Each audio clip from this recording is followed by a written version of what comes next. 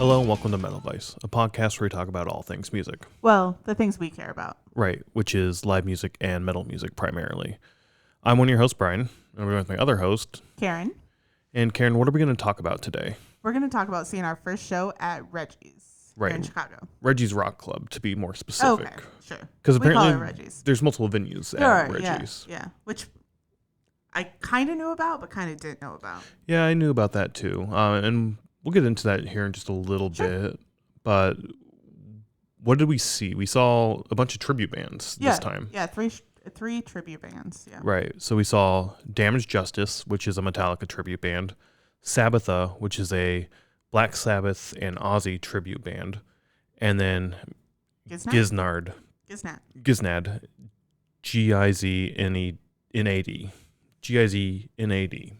which is a Danzig and Misfits tribute band. Yep. So, yeah, we've been to Reggie's a few times for like going to get a few drinks and something to eat every now and then, but we haven't seen a show there yet. No, yeah. I remember when we first moved here, I think I saw a show that I was like, oh, we should go see this. And then when I looked it up, I was like, oh, that's a long ways. Yeah, because at the time we were pretty far north. Yeah. Not pretty far north. We're up by Wrigleyville and whatnot, right? Yeah, so. Yeah.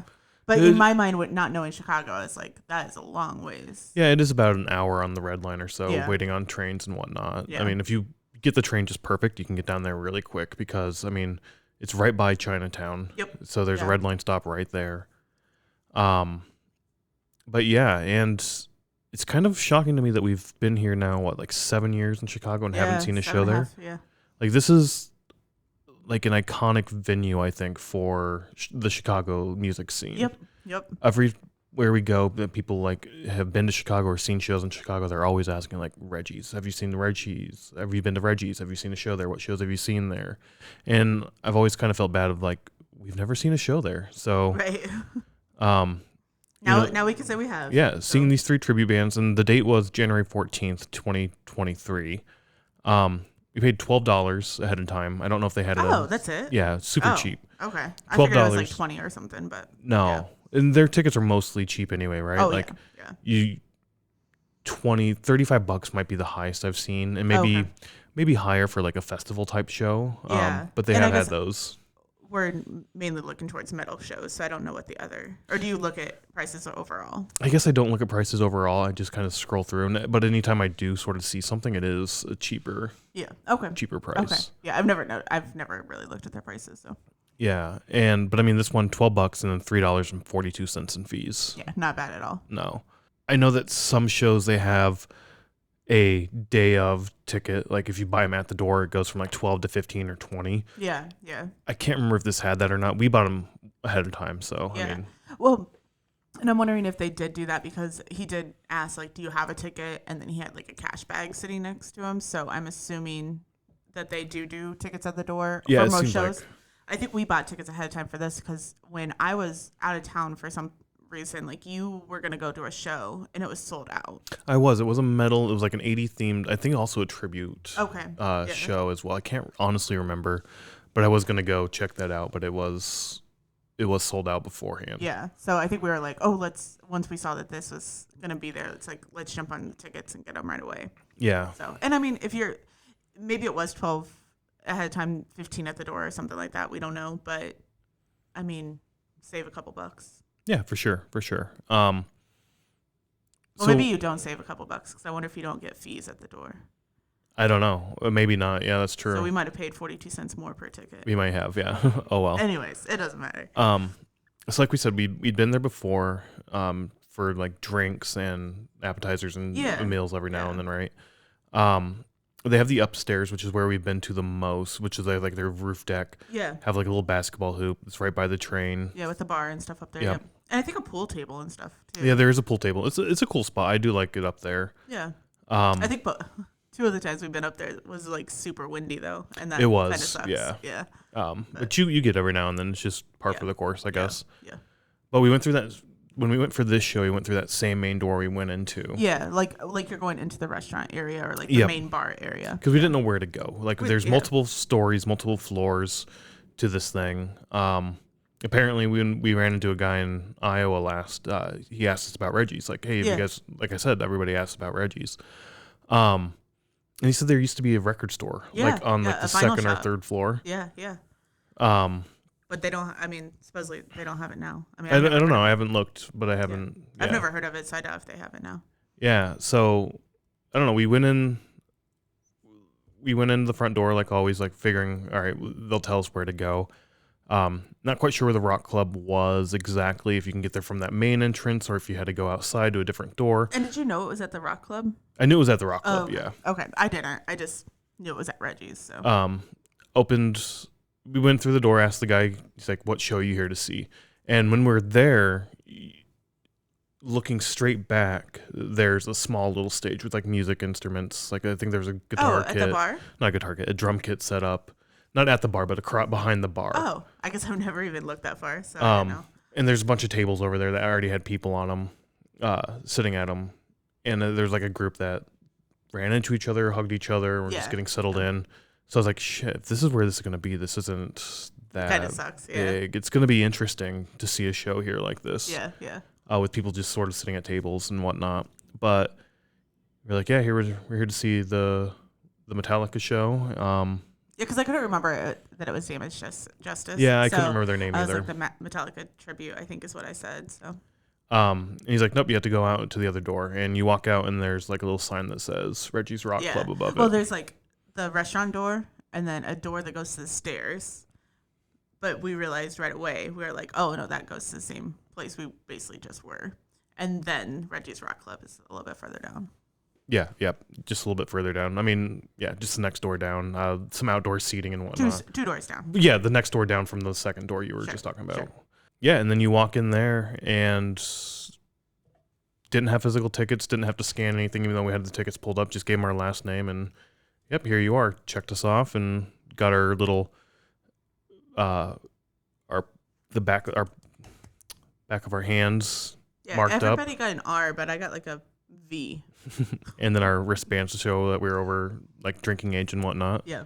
Well, I wonder if it was a 21 and older show or if it was just 18 and older. So we're going to Chemist here. That's going to be our next show there. Yeah. Chemist is going to be there. Yeah. And that's a 17 plus show. So it varies, I think, in terms of how old you can be and what not to be there. Yeah. I don't think this was a 21 only show. I didn't know. But I was just wondering. Yeah. I don't know. We didn't look that up.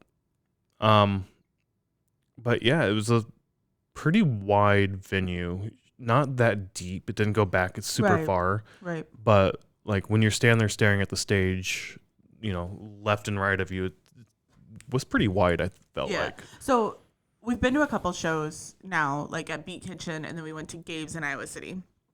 Beat Kitchen here in Chicago, and then Gabe's in Iowa City. And both of those are like bar shows, but they're like a general Chicago building of like long. Narrow and long. Where this is more short and wide. I don't know if that's the right way to say it, but has the same vibe as both of those, and maybe around the same space. Beat Kitchen was probably smaller than this, but I was gonna look to see what they had for capacity. I forgot. I looked around a couple times and couldn't find it. Yeah, but it's almost the same concept, just it's wider than it is long. Yeah, definitely wider. They also had a balcony, so when you walk in, as you're walking through the door, you're walking straight toward the stage. Go down this little hallway thing where merch is on one side of you, the restrooms are on the other side, and it looked like they even had a little seating area. I felt like past as soon as you walk in where they were taking tickets, I think if to the left there was like a little nook with a couple tables and chairs. I guess I missed that. Yeah. I didn't pay attention to that. Yeah, but you go down that hall and then you get into the main floor area.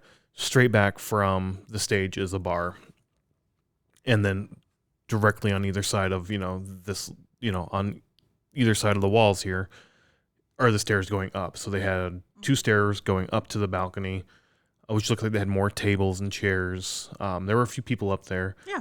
I don't know if it was VIP or if you can just go up there. We didn't even try. Yeah, we didn't go up there. So maybe next time we can check that out or try to. Yeah, see what it's like. I know that Chemist is selling VIP tickets, I think. So that might be a little different. But and then the other thing I noticed is you were mentioning the tables like right inside the door, but on stage right, I think. Yeah, yeah. Is that where we were standing? We were on stage. Okay. We were on stage left. Stage left. There's a wall with like 2 brick steps that like people were sitting on, or they put their coats on it, and it was almost like it was built into the wall, where it was like you go up like 3 feet. It was pretty tall. It was tall. Yeah. You go up like 3 feet, then over, and then go up another again for like another step. Kind of all brick, like the old brick. Yeah, yeah. It made me. I mean, to me, it was like a built-in like seating area that was meant to be for seating, but I don't know. I doubt it, because I don't think. What do you think it was for then? I don't know. I was trying to figure that out, but it looked old and part of the original building, but I don't know. Like, this definitely wasn't a building built for a venue. No, I don't think so. So I don't see them adding that in as seating. Okay. Because, like, I imagine brick is a kind of expensive and a lot of work to like put brick in and let it settle and do all that. Maybe it was actually put in for that. I don't know, honestly. I don't know if those are like holding pipes under him for like could be for plumbing and whatnot. I don't know. I did think it was a little odd, but it, like I said, it felt very old and original to the building when I was looking at it. Okay. I mean, to me, it looks like it's supposed to be there. So maybe. To me, it didn't look like it was supposed to be there. Okay. To me, I felt like it was, like I said, maybe something's hidden behind an actual wall, or I don't know. Sure. It's an old building. Old buildings have weird, unique things. Yep. But that was kind of cool. People were utilizing it as seatings, regardless if it was built for it or if it wasn't. Like, it's a actual seating, like 2 bench seating, people sitting on the first and on the top and whatnot. So,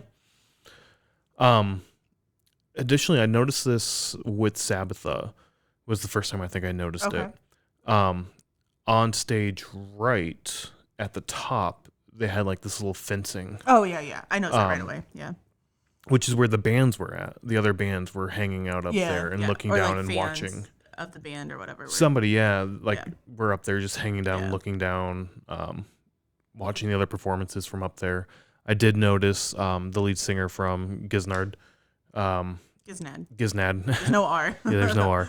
Giznad come over and with Sabbatha, I think he was hanging out by us. Yeah, and I knew that the people that were by us knew them or knew somebody in the band. I didn't know who they knew, but I heard them talking before they even started playing. Oh, really? And saying like, "Oh, this is probably the biggest crowd that they've had. They've played at the Forge before, but they've not had this big of a crowd." So I did hear the one guy say, "I've only seen them at the Forge,"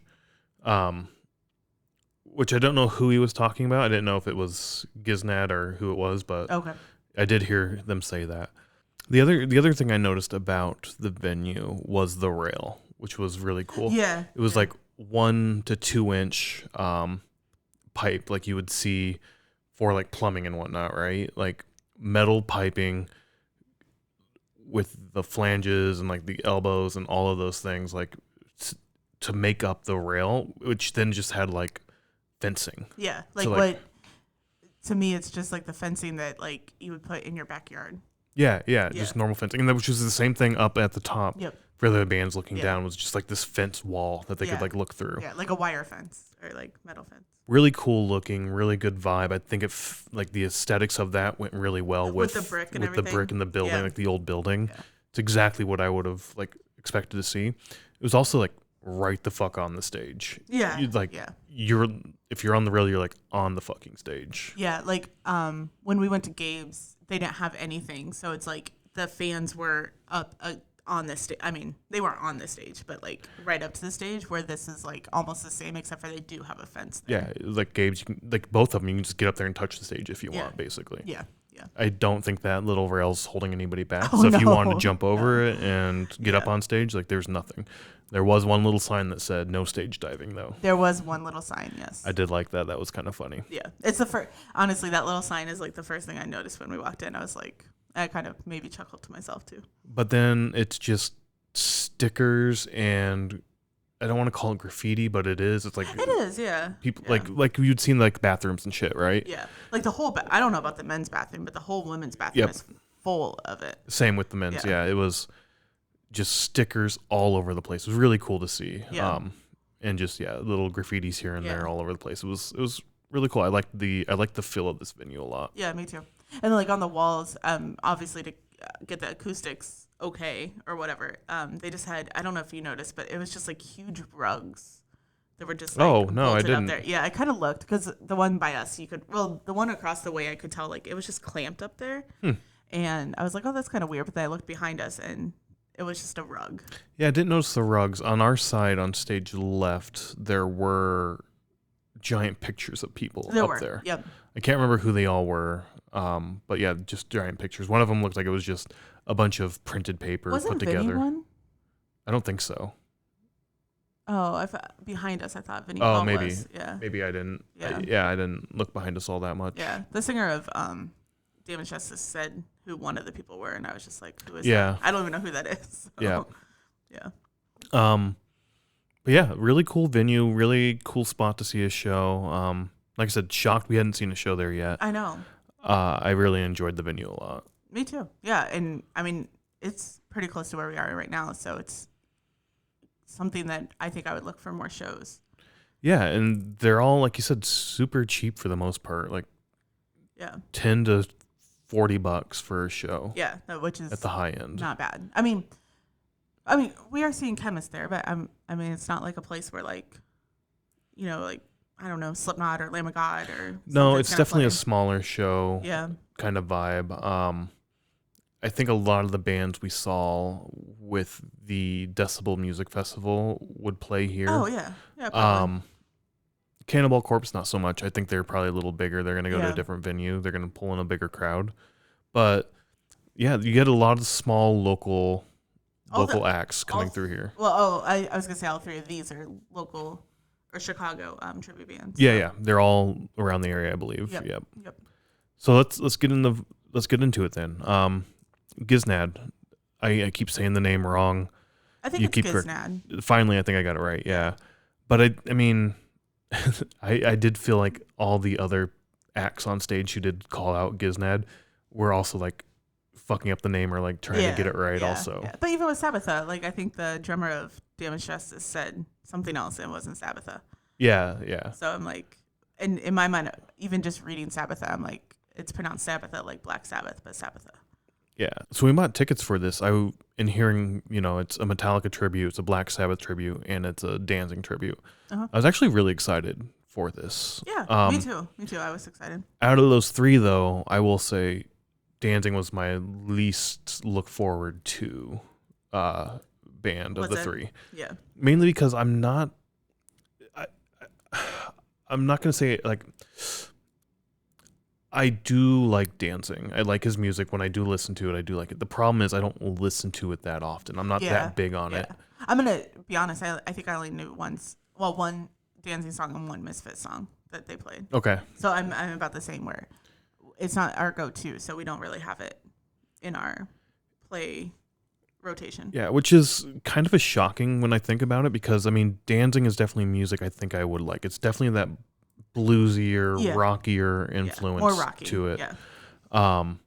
That, like, I do really, really enjoy that stuff. So I don't know why I've never, like, just picked up Danzig and just kept listening. Yeah. I mean, Mother, it's always on the radio. Yeah, that's the song I knew. Yeah. I mean, it's the only song they ever play on the radio, and they play it a lot. So it's like, all right.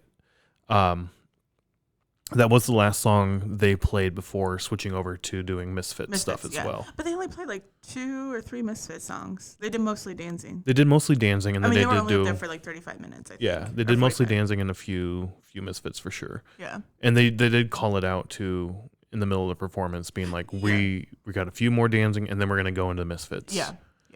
And we talked about that when we saw Thrash of the Titans, of like, do you call it out or do you just go into it? Do you split them, or like if you do 2 tributes, or Thrash of the Titans does 4, but like do you mix them up, or do you play all Danzig and all Misfits all at once, or Yeah, I don't like the hard split of we're gonna only do X, then we're gonna do Y, like they did here. Thrash of the Titans does the same thing, right? They do all Anthrax, all Megadeth, all Slayer, all Metallica, and then they like there's a transition between each act. I get it, I do, especially like with Danzig and Misfits, it is a little bit different, even though there's some similarities. The Misfits are a little more punky to me.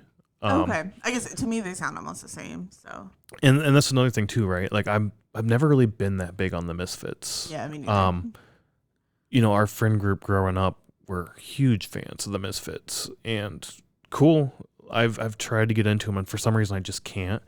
And it just comes off a lot more punky to me for some reason. I mean, it probably is, but the punky thing is not like what you like. It's not my go-to. I do enjoy it in small doses, but not a whole lot. Yeah. But neither one of these bands is on our play rotation ever. Like, oh yeah, for sure. I don't think I've ever sought out to listen to either one of these. Danzig, yes, more so. You have? Yeah. Okay. Especially since Thrash of the Titans, when we saw them and they were just dicking around during sound check when they were getting the drum kit set up and like playing Danzig music, right? Yeah. Like that was kind of fun. Yeah. I was like, oh shit, that's right. I think it was Devil's Prayer, and it's like, I love this song. I completely forgot that was a Danzig song. So I have been going back to it a little bit more now, but Misfits, not a whole lot. Yeah. No, maybe I will. Maybe I should. I mean, all of these are like kind of. I'm not gonna say classical metal, but.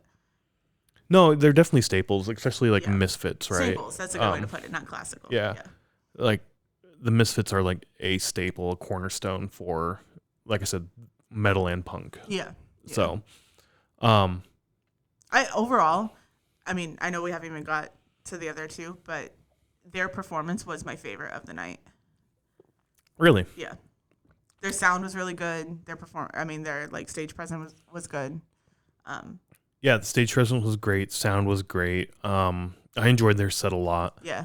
The lead singer definitely had that like Danzig tone and cadence to his voice. I really enjoyed that. And honestly, that might be the reason why they were my favorite, is because we've only seen a couple other tribute bands, and when we saw Wongzilla with Thrash of the Titans at Gabe's, if you didn't know that it was a tribute band and like just kind of like heard the music from the street or something, you would probably think that it's Rob Zombie, at least in my mind. Okay. Playing, or like the band playing and singing.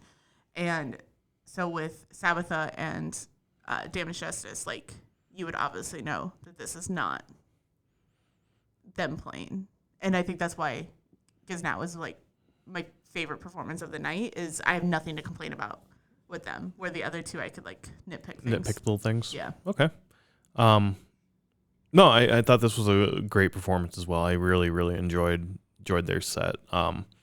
The only thing, like I said, that I didn't enjoy is the hard break between we're doing X then Y. Yeah, and they were the only ones of the night that did two bands. No, Sabbatha did multiple. Oh yeah, well, yeah, I guess technically. Technically, yeah. Yeah, I to me, Black Sabbath and Ozzy are one and the same. Yeah, and okay. I know it's not. So yeah. Yeah, and once again, my main reason I don't like that is it's, if you know the formula, you know how it's gonna how it's gonna progress. Yeah. You now know, oh shit, it's gonna be over soon, or it's gonna be done soon, which is, I guess, a good thing, right? Like, I don't want them to stop playing. I want them to be up there and keep going. Yeah. So yeah, that's the only one thing I don't like about that sort of setup and whatnot. Like, but you'd just rather have them like flow into Misfits and not really say like, yeah, we're done with, or like we have one less or one more Danzig and then right, or you sprinkle in, start with a couple Danzig, throw one or two Misfits, and then go back and go back and forth between things. Yeah. Because I mean, if they did that, I guess then you kind of know that Mother is going to be the last track of the night. I mean, I think it was the last Danzig track before switching over. Yep. So, I mean, even then you kind of know when it's going to be over once you get to that last track, but you're right. Like, they, because it's a band, but they could have done, like, two Danzig, a Misfits, two Danzig, Misfits, two Danzig, Misfits, and then end with Mother. Yeah, yep. I mean, maybe that's way more songs than what they played, but you get what I'm saying. Yep. Like, without going. I mean, yeah, it's a little thing that you have. I think it doesn't bother me. Yeah. But I know you had that same comment when we saw Thrash of the Titans too. So. And then it was a 3-piece band, right? You had your bass, your guitar, no 4-piece. 4-piece. Drum vocals and vocals. Drum, yeah, guitar and bass. All overall, yeah, great performance. I enjoyed it a lot. Yeah, me too. Sorry, we might have a guest here very soon. Hi, buddy. So yeah, Giznad was great. I had a lot of fun with that. I thought it was a great performance, great everything. It was awesome. Yeah, and there was a big crowd already with Giznad. There was, yeah, and it kind of grew as the night went on. Yeah. But yeah, it was a really good sized crowd for that. Yeah. Following them was Sabbatha. They were doing sound check, and that's another thing I noticed with this venue too, is when we walked in, there was only outside of, I think, one sort of amp for Sabbatha. The rest of the equipment, I think, was off the stage. Yeah. So I don't know if you noticed or not, but they have a curtain. Yeah, they did. Opens, and then that's so like when they opened it between Giznad and Sabbatha, I saw them bringing in the drum because we talked about that with Thrash of the Titans. It's like, oh my gosh, you had to like take the drum apart and put it together and everything. Yeah, but she was also still kind of assembling it as she was putting it on stage, like making sure things were at the same height that she wanted and everything. Right, like she was bringing it on. Yeah. But what I was gonna say with that is that when they opened it, I could see the other drum set back there, which now we know is Damage Justice drum set. Yeah, that's what I was gonna say. Sorry, I wasn't like. No, yeah, that's fine. I guess while it was behind the curtain, they still brought it out. They were still assembling things. Yeah. Where when we saw Thrash at Gabe's, right, they had all the band stuff on stage. So basically all they had to do was uncover it and they were ready to go. Yeah. But I don't think it was covered, was it? One of them, I think, guitar kit, or I keep saying guitar kit, drum kit was covered. I didn't know so. And there was also another thing I noticed with the Decibel Music Festival is the first night they had a bunch of shit on the stage. The next night they didn't, but then they were bringing stuff on and off the stage. So it's, I don't know, it's just kind of interesting to see, like, when you have stuff like this, what's going to be on stage, what's not. Yeah. Now that we kind of know the other side of it too. Yeah. So then they started taking things down, and Sabbatha was bringing their stuff up on stage to get ready to play, and that's where I noticed I think it was the drummer originally was putting the drum kit together, and I was like, that's a woman, and then I noticed the guitar player come out and was like, doing sound check and everything, also a woman, and then another woman came out in like this black dress. And I was like, oh, well, this must be like the manager of Reggies or something trying to help out here. Oh my gosh, yeah. Like she just had that manager look of like. I get what you're saying, yeah. Like, I'm here to help. I need to make sure you have all the stuff you need to have. But then I realized that's probably the singer. Yeah. And then you had another woman on the side messing around with the bass. And I was like, is this going to be an all-woman cover band? Yeah, or tribute band? Yeah, I noticed it when the bass player came out. I was like, oh, this is all women. And I was ready for it. I was excited for this. I was like, all right, I'm sure you were. Let's check it out. I know. I had a blast. They eventually come on stage, start playing. I thought it was awesome. I love this. I have to say, the guitar player I don't even know what to say, but like she can play. She's so fucking good. She is. Like, and when you look at her, you would not think that she can play guitar like that. She's an older woman. Yeah. She was older than the others. Yes, older than the other three, yeah. Sure. I saw her and I was like, this is going to be Karen's aunt in like 15, 20 years. Except when she can't play guitar. That's why she needs 15, 20 years. It's like, oh, okay, so start today. Learn how to play the guitar, like not even half as good as this woman. Like, she was so good. And like, if I wasn't looking at, kind of going back to Wongzilla, like if I wasn't looking at the stage, I would assume, and it's Zakk Wylde, right, that plays guitar? So Zakk Wylde was Ozzy's guitar for a while. Okay. Randy Rhoads was there as well for a while. Okay. I just know it's Zakk Wylde, but anyways, like I would think that they were playing the guitar. Like I don't even think she missed. I mean, granted, she could have missed one note or something, but yeah, I don't know. She was fucking awesome. Crushed fucking crushed it. She was so good. Yeah, and their sound was really good together. Like the bass wasn't overpowering the guitar. The guitar wasn't overpowering anything. The drums were fine. Like oh yeah, everything melded really perfect. It was so good.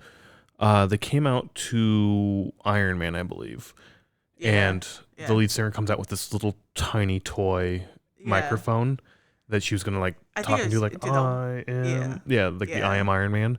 But the microphone wasn't working.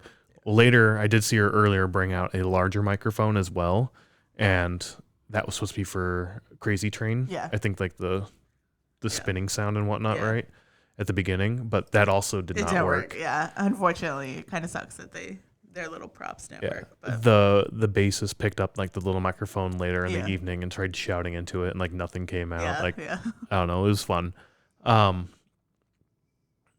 But yeah, they crushed that. Sabbath, I thought it was great performance what they were doing there. Then they sprinkled in a little Ozzy. I can't remember what Ozzy song they started with. I want to say No More Tears. No, Mr. Trowley, I believe. Okay. Like I said, I just know, I mean, Ozzy and Black Sabbath. Mr. Crowley, not Trowley. Like what am I saying? I don't know what you're saying. And then eventually did some more Sabbath, went back into Crazy Train, like we said, and back into Sabbath with some Dio Sabbath as well. Yeah. It was Zakk Wylde's birthday. They called that out. Oh, yeah. But is it really his birthday? I assume so. I didn't look it up. I have no reason not to believe it. Like, why would you make that up? Right. Anybody could have called her out on that. Yeah. I don't know. I think when, I don't know, but before they started, I think somebody was like heckling her when they were doing the soundtrack. Oh, really? Or whatever. So I don't know exactly what was happening, but it was like two people that were one row back from the rail, and they like did something and like held up their phone, or I don't know, did something. And basically she was like, well, if you don't want to see it, like don't stand here or don't be here sort of thing. I don't know. Unless they took a picture of her. I don't know, because she did have a skirt on. I don't know. Who knows? I don't know. But then like after the first song, like everybody was like cheering and like really excited to hear it and everything. And she's like, well, what happened to the heckling? Yeah, I do remember that of what happened to the heckling. You might have walked back. Were you there the whole time between their setup? And I don't think I was. I think I wandered around a little bit. So I wondered if maybe you didn't see that part of them heckling. Oh, I don't even know what they said. Yeah. I mean, I couldn't hear them, but. I don't know. The other thing I noticed during the whole set was just the bassist just had this huge fucking smile all night long. She was having a blast. And the lead singer was smiling, having a blast, like twirling around and shit. Like they were all up there just having just a fucking awesome time with them, like just hanging out by themselves, just playing music they love. And luckily there were people there who also love the music as well. Like that's an added bonus, I'm assuming. But they were having so much fun, and it made me as an audience member appreciate it more that like the band is having so much fun playing. Yeah, I think you could really see that come out. Like if there's a band playing and they're just like kind of standing there and just playing, then you can really tell that energy doesn't get into the crowd. And like if the band's having a good time, then the crowd has a good time, and vice versa. Right. Yeah. Everybody feeds off everything. We've said that before, right? It's a constant like we'll feed you, you feed us, and we'll just live off each other type thing. I don't know what else to say about Sabbatha other than it was so much fucking fun, so great. They play their instruments amazingly well. Like the instrumentals were really good to me. It was the vocalist is the part that threw me off. How so? She was very melodic sounding. Okay. And like when I think of I almost said Sabbath. When I think of Black Sabbath or Ozzy, like it's a distinct sound. It is singing, and like she had a beautiful voice, but like going with the lyrics and like kind of I don't know the words for it, but like prolonging the lyrics a little bit, or like more of a melodic, like extending them a little bit further than what it would be. Yeah, I mean, record, but Ozzy definitely has a a unique voice, right? I mean, obviously she's not going to sound like Ozzy. Right, exactly. But so that it's that extending of the sound a little bit longer than like more melodic. Like, you don't understand what I'm saying. No, I don't. I can tell you don't. Just like a note might, like Ozzy might like end it, and then she like has the melody go a little bit longer. Okay. Or the sound go a little bit longer or whatever. And that really got to me. Then again, I'm not a big fan of female vocalists, so. All right. I mean, I only like ones that like growl or sing heavy. I don't know. I enjoyed it. I'm not saying anything bad about it. I'm just saying like that's the only thing that like really got me about saying like Giznad was like my favorite performance of the night is the vocalist on this performance. That's all. No, yeah. I mean, yeah, I didn't have that problem. I thought it was great. I figured you wouldn't. Yeah.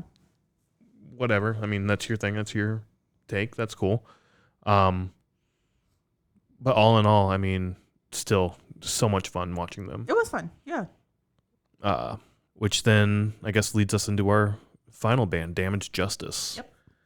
A Metallica tribute. The main reason we were coming here, right? Like, a huge Metallica fan. Yeah. Want to go check out some tribute bands and whatnot, right? So it's Metallica music. Yeah. So I think for me, like, I think I'm the one that told you about it, and I was like, oh, Reggies and Metallica, like, let's go check this out. And so. $12 tickets, like, yeah. How can that go wrong? Yeah. They came out to Battery. Yep. And I guess another thing, right? Like the lead here again is a female. Oh, she lead was. guitar, rhythm guitar. She did the Hetfield part, right? Yeah. So vocals and guitar, and then the other guy on the end was your Kurt. Yeah. He played the part well. He had the what's that Ouija board? His Ouija board guitar. And then his shirt was a Ouija board thing that was like hello and goodbye. Oh, was it? Yeah. I don't think I remember seeing that. I kind of do. Yeah. So, I mean, when I saw that, I was like, oh, he's like, before I even knew that he was the guitarist. And I think I saw him like walking back and forth or something. I'm like, oh, he's probably the guitarist. Yeah. And when they, when they were doing sound check, I noticed the drummer had a mic as well. Yeah. His was like that little mic that comes off the face. That hangs down over your ear and your head and that comes down over your mouth. I wasn't sure if he was going to be the lead singer or backup or what, so I was a little concerned there. I had that thought too, where I was like, because I saw her come out and like be at the main, do her guitar checks at the main mic or like the middle mic, which you would think, like the center mic, so you would think that that'd be the vocalist. But then I saw him with a mic, and I was like, is he gonna sing and then they're gonna play, which would be interesting. Yeah, I mean, it would be really interesting to see. But no, I thought I had some of the same thoughts. Yeah, and then I mean, everybody had their own mic that they were in front of, right? Mm-hmm. So yeah, that was interesting to see. And then right before they came on, they were doing some sound check on like the backing tracks and whatnot. And one of them was the AC/DC track that Metallica starts with now, Long Way to the Top. Where they started playing that. I was like, oh, are they going to start going into this and then do Ecstasy of Gold? Yeah. And then the drummer's like, calm down. We're just doing sound check still. I don't remember him saying that. And then cut that off. I can't remember if the lights went down or whatnot, but then they did Ecstasy of Gold, letting you know, hey, it's going to start. It's the Metallica intro song. Yeah. And then they started with Battery. And right away, I felt like it sounded off. Very much so. There. Yeah. For Battery, to me, the drums were off. Yes. The drums definitely overpowered yeah. all the other instruments, I felt like, as well. Yeah. So I don't know. We've said this so many times, but like we don't know like how like the sound is done. Like if it's a venue that does the sound, or the people or the performers do their own sound, or what it is, but it was definitely off. Yeah, especially we just saw two other bands who didn't have this issue. Didn't have an issue at all. So I did feel as the night went on, the drums got a little more subtle and not as overpowering. It did, but then I could hear the bass overpower everything. Oh, really? I could. I didn't really get that. Yeah, like there was a couple times where I'm like, the bass is like once the drums got better, then I was like, now the bass is overpowering. And there was a couple songs where I felt like the vocals were really low. Vocals all night I felt like were low. For everybody? No, just all night for Damaged Justice. Okay. I did feel like that was a common theme throughout their entire set, is that the vocals seemed way too low and the drums were way too high. Eventually, everything mellowed out, and I didn't feel like the bass was necessarily overpowering. I felt like it had a good cohesive. Yeah. I think I was nitpicking it at that point because we listened to 4 songs where it sounded not very good. I think the 4th song is when it sounded a little bit better, actually. And so then I was like, all night I was like listening, like, does this sound right? Does this sound right? Like that sort of thing. Yeah, you definitely looked pissed off all night from that point on. You had that like look of like, why the fuck am I here? I was kind of done. I was just, I don't know. We talked about it on our way home where I was like, it's different when you see a band that the sound might be off, that you don't know the songs, but like we obviously know these songs, and it's like, and it didn't sound right. A lot of the night, it didn't sound right. Yeah, it got better, but it didn't sound right all. Yeah, but like I was saying, like once the music, like the instruments started mellowing and started being like more cohesive, there were a few moments where the drums again I felt like were a little overpowering, but it wasn't like every as song bad. was a little bit different. Yeah. But all through the night though, the vocals were really low, very too low. I felt. Yeah. But you know, it's a $12 Metallica show, so it's like yeah, for an evening of entertainment, and they did put on a show, and it was entertaining. Yeah. It was just the sound of it wasn't there, and it did kind of put me off a little bit, but I was like, whatever, it's fine. I'm completely fine with this. And I don't think I got over it. I think I was nitpicking the whole night then after I knew it wasn't good. So yeah, they came out to Battery, played something from Injustice. I can't remember what they played, and then maybe another song. I felt like it was 3 songs. Three songs? Well, maybe it was just 2 songs. Yeah, I can't remember either. And then they went into Fight Fire with Fire. Yeah. And kind of made me smile because when we saw the second show at the 40th, the alarms were going off right before Metallica was going on, like the fire alarms. And everybody was joking, like, they're going to come out to Fight Fire with Fire. That's going to be the opening track. Like it was part of the act. Yeah. So that made me smile when I heard that. And then they went into Ride the Lightning, For Whom the Bell Tolls, and Fade to Black. Yeah. And I was like... Did you know what was happening then? I was like, this is a lot of fucking Ride the Lightning all at once. What the fuck are you guys doing? I didn't put 2 and 2 together that they were going to do the entire album, but I think it was right after Fade to Black. They're like, do you guys understand what's going on? Yeah. Do you figure it out? It was like, what do you do now? Or what's next? Yeah. What do you do? Or like what's next or what do you do now? And she's like, you flip the tape. Oh, right. Yeah. That's how I knew. I was like, oh, they're playing an entire album. She did say like, you have to flip the cassette. And I was like, I don't know if a lot of the kids here, I mean, cassettes are kind of coming back now, so people understand what they are a little better. But there were some young kids there. Flip the album over, same concept. Like you have your B-side that you're got to play on too. Yeah. And yeah, that was the first clue also. But I mean, it was obvious looking back. It was like, oh shit, but I do remember being like, I think by the time Fade to Black came on, I was like, this is a lot of Ride the Lightning. And you know the albums really well, or pretty well, and I don't, so I didn't know that like all these songs were from the same album until she said, right, flip the tape.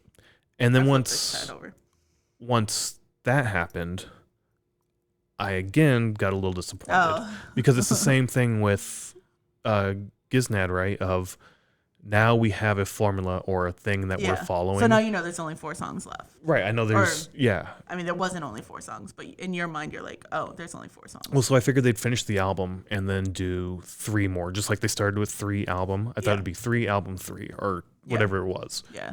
Because then you know, you're also getting puppets. You're not getting puppets on this album, so you're going to play puppets. And then it goes into like, all right, well, what else do you play? Probably Whiplash or Hit the Lights or... I don't know. Like you're starting to go to like, all right, what's everybody wanted Whiplash and they didn't play Whiplash. No, they didn't. But they were calling that out They all did night. Seek and Destroy. Yeah, everybody was calling out Whiplash, though. Yeah. So, like, that was a little disappointing because then you're sitting there like, all right, well, what else is, like, what are the 3 songs we're going to get or whatnot? Yeah. See, I don't do that, so it doesn't bother me, but I get where it can bother you. Yeah. Also, that means we get Call of Cthulhu. I'm a big fan of instrumentals. I love instrumental songs. Probably some of my favorite songs are the instrumentals. But Call of Cthulhu, I like it a lot. That's the song that's always played, and I never get to hear Orion. And Orion's the one I want to hear more than Call of Cthulhu. And how long is Call of Cthulhu? It's like 9 minutes long. I thought so. Yeah. It was very long. It's I mean, yeah, I don't know. So I was disappointed there when they started playing Call of Cthulhu, and I was getting into it, and I was like, this is fine. I enjoy this. This is good. And I do enjoy the song. It's just, that's the song everybody play. Like, you always hear that song. You never get to hear Orion, or very rarely do you get to hear Orion. Yeah. I think you even said that at the 40th. Did they play one of these? They did Orion at the 40th. Okay. Yeah. Because I remember having this conversation with you before. So. Yeah. Which I think was the first time I got to hear Orion live. The first and only time, I think. Yeah. So, happy about that. And then after they did the album, they went into master, right? No, I think after the album, they did Lux Eternal. Oh, right. Yeah. Which they made a joke, and they're like, "Oh, we just wrote this song," and blah blah blah. Yeah, and I was kind of shocked that they played it. Like, I assumed it was going to be only, from the first 4 albums or so. Yeah. I mean, I have to say, Lux Eternal, right? Lux Eternal, yeah. Maybe sounded the best to me. Oh, really? All night, yeah.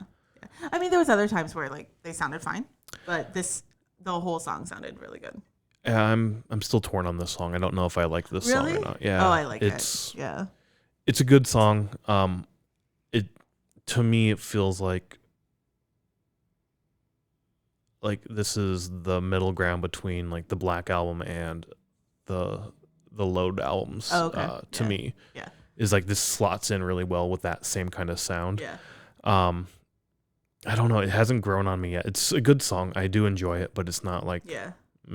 I guess I do remember like when it started, like the bass drum was not right. So I guess I'm saying it was the best sounding song, but not that it wasn't right. It's just, I mean, that has to be so hard. I don't even know how they do it, but like the double pedal really fast, and it was off just a little bit compared to, I mean, Laurie's doing it, but. Yeah, recording it, that is. I mean, we've never heard it live, so. Well, we watched it with the All Within My Hands. We did, but that's a little different. And they fucked up getting it started. And then Damaged Justice fucked up getting it started. Yeah. And they had to stop and like, hey, just like they did 2 weeks ago or whenever it was. Yep. 100%, yep. So that did make me smile and kind of like, all right, that's cool. Is that the only song that they've released from the album so far? So far, yeah. Yeah. So I wonder what the other songs will sound like. Yeah. And so, like, they play that. I think that was right after the album. They played that. I think you're right. And then maybe they went into puppets. I think they did, because at that point we thought that it was over then, which makes me feel like they did too at the beginning. Played Ride the Lightning, the entire album, and then Lux Eternal, and then Master would be the end. Because you even said like, oh, it's going to be done with. We have a joke that Master Puppet. I used to think Master Puppets was 2 songs, so it's a joke that we have that they're going to end with. The 2 parts. The last 2 songs are going to be Master Puppets Part 1 and Part 2. Yeah. So, but they weren't. I mean, it wasn't done. So. No, it wasn't. They kept going. They did the Injustice medley, which was really cool to see and hear. Yeah.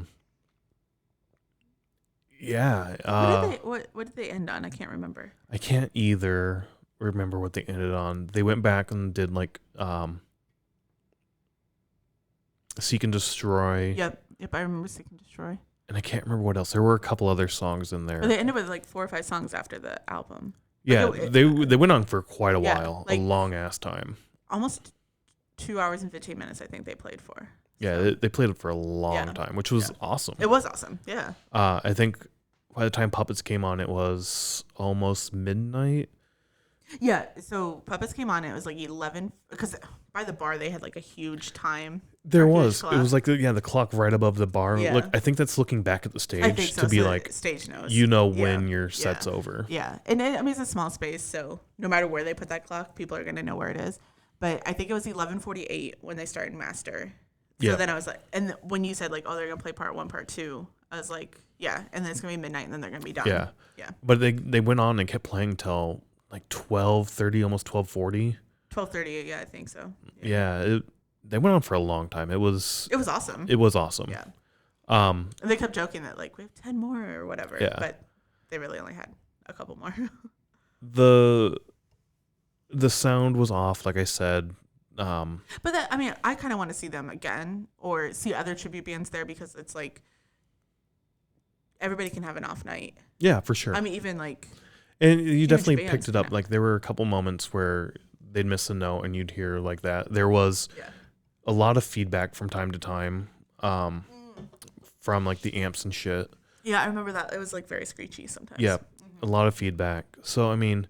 And the other bands didn't have that though. They did not, no. So I think they just had an off. I think so too. I do. All in all, though, $12 for a show. All three bands were amazing, I thought. Yeah. Oh, they even had like a little banner. I forgot. They did have their big banner above, Yeah. Which was really cool. It was definitely in the Metallica theme. Yeah, with like the skulls and the two skulls on the side. Yep. Yeah. I enjoyed it.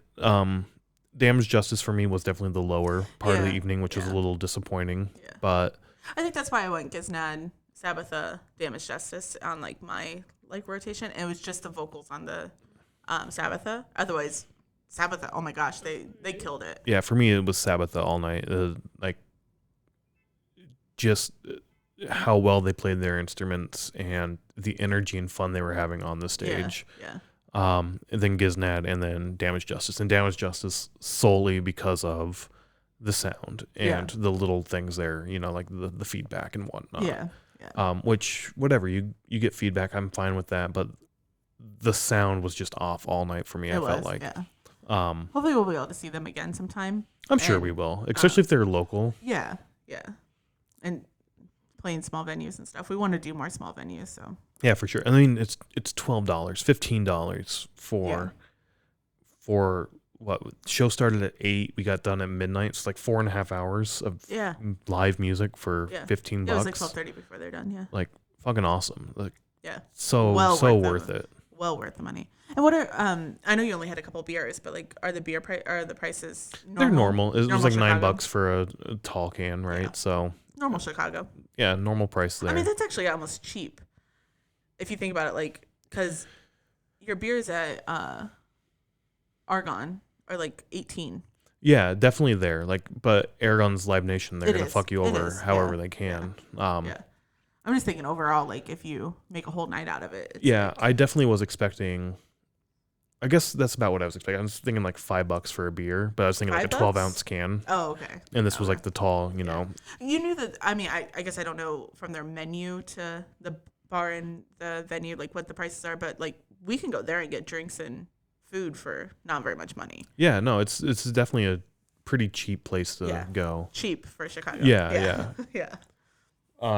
So I didn't know what the bar was like compared to that. No, yeah, it was fine. Full service bar, full everything. So that was fine. Prices were relatively normal. The crowd really got into it. I they mean, there's did. Lots of pits.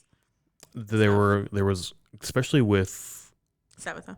No, I didn't think I really saw any with Sabbath. Damage Justice was when the crowd, like the pits, finally started opening. And no, they were getting into it. It was fun. Toward the end of the night, it definitely did seem to thin out. It did, yeah. The crowd really thin. I mean, but if you think about it, if you don't live close like we do, like, and you need to get a train home, or like need to drive home or something, like, I mean, leaving at 12:30 is not always easy. No, if you have. No, yeah. And I mean, we don't have kids and stuff, but like if you have like a babysitter or something, like, you have to get, it's just the timing. A lot of times these bar shows, the two that we've seen with tribute bands, they both started at 8:00 and went till midnight. Yep. So I mean, maybe that's just normal for bar shows because people go to the bars later at night, then they don't go at 6:00. Yeah. So. But I mean, hell of a good time. Great bands. I'm so happy that we saw a show at Reggies now. Yeah, and like we said, like we're gonna see Chemist there here in a little bit. I wonder, is that in the same spot? It is in the Rock Club also. Yeah. Okay. And we've seen Chemist a couple times now and loved them. Yeah. So and last time we saw them, they said like, "Oh, we love playing Reggies." So yeah, yep. And you said, "I hope that we see them at Reggies, and in a couple months we will." Yep. So yeah, great show, great music, good price, good everything. So I mean, just go out, check out some live music. You can find cheap shit that sounds fucking awesome. Yeah, these cheap shows is how you can see a lot of shows. And support local, like upcoming artists and whatnot, right? I doubt any of these people are full-time musicians, and they're just, this is a passion they have, and it shows on stage when they're up there. I doubt it. It's probably like Thrash the Titans or whatever, where they have a day job and then they do this on the side. Because even the drummer was like, "Oh, thank you for my coworkers and some family members that came out tonight." Yeah, he did call them out and shout out. So I mean, you know, people who are deeply passionate about the music they play, deeply passionate about the music they love, and they're just out there having a good time. And it's awesome to see them. And like I said, the bassist for Sabbatha, just giant fucking smile all night long. She was on stage. It was awesome. I want to know the guitarist story of Sabbatha. Like, what's your story? How did you learn to play so well? So yeah, that's what I want to know. Is how did you learn? Practice, probably. Oh, I'm sure. Over and over and over and over and over. Yeah, 100%. So. Anyways, so, sirens are starting again, so I guess we're done. All right, we'll see you all later. Go out, see some live music. Yep. Bye.